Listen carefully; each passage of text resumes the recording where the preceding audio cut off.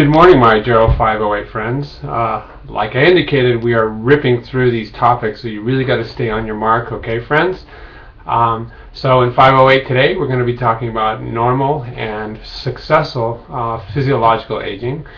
And Courtney and Janelle have put together a great PowerPoint with really neat links, so I really want you guys to take a look at their links and think about what they have to offer when you're going into your discussion.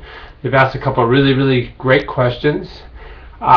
This section is super important for you guys as practitioners. You have to remember that when we look at a lot of the diseases that we're going to talk about later on during this course, that the number one risk factor for these diseases, of course, is age. And so we've got to look at the template that age has set for us and ask ourselves, what about age maybe is pointing us in the direction of risk, or is it that a disease process piggybacks on this normal age change that is somewhat unrelated, and yet the outcome, for example, hypertension, is the summed effect. Okay, so this chapter just goes through a million sections, so each one of the sections could be a chapter unto itself.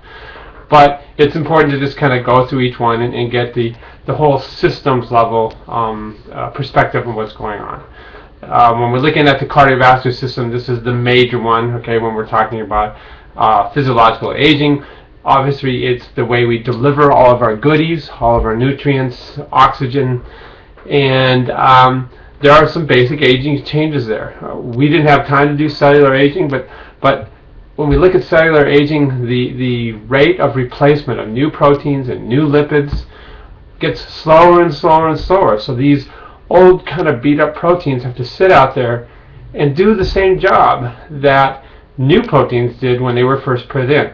Okay, so this slower turnover rate puts you at risk. So the two classic proteins, when we're talking about the cardiovascular system, also our skin, also our musculoskeletal system, are elastin and collagen.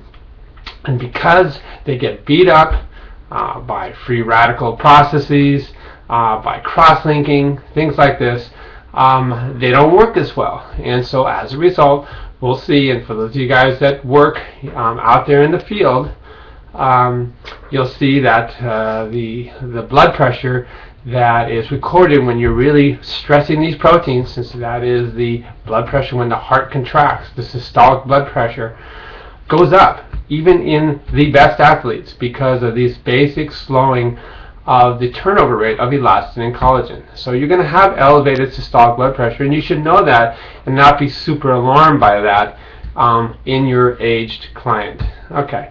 Again, this is going to contribute to compromising the musculoskeletal system. When you're young, you stretch. When you're old, you tear.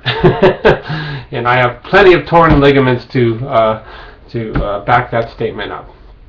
Okay, we can go one through each of the systems. We can look at, for example, the digestive system. And because of, again, changes in just basic processes, you're not going to absorb nutrients as well. Okay, and you can see the snowball effect that happens from that. If you're not absorbing your vitamins and minerals as well, then that compromises the metabolic machine that is in each and every cell. So the machines don't work as well, they don't process oxygen as well, that contributes to a decrease in protein production, on and on because of these changes. So which is the horse and which is the cart? It's indiscernible. It's really difficult to follow through.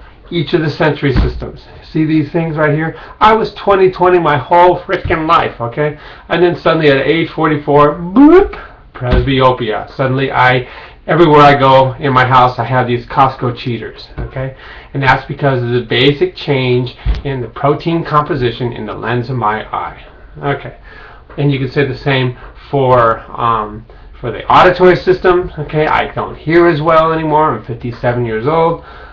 Smell and taste. Okay, you start adding a little more salt to your food because your brain is crying out for that same level of activation, but these guys are not transmitting it as well.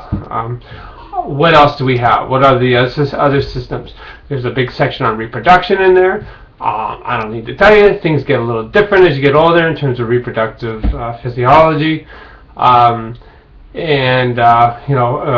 us guys, we have this thing called the walnut-sized prostate. I find myself getting up, having to pee 3-4 times a night. Well, join the club, okay? Because of these basic cumulative changes that are again, normal aging. Now, a lot of what I've gone through is modifiable, and that's the kind of take-home message. A lot of you guys brought up some really, really interesting articles in the epidemiology discussion, kind of the utopia of aging that Fries was talking about.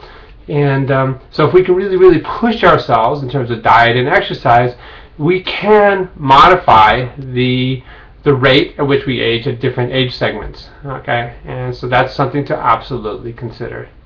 Okay, so have fun with this discussion today. Again, consider these basic changes. One last thing, we're going to do the pharmacology of aging. Think about the liver and the kidney. Okay, these are our drug/waste eliminators. Okay, they're not as good. So when you're dealing with your older client, you have to have a sliding scale for the dose of the drugs that you're giving these people, or else you can OD them, or because the drugs stay in there longer and because there's multiple drugs of polypharmacy, just because of these basic aging changes in the the reduced rate of elimination of these drugs, you put your client at risk because of basic aging. Okay, have fun with this, guys, and we'll see you next time.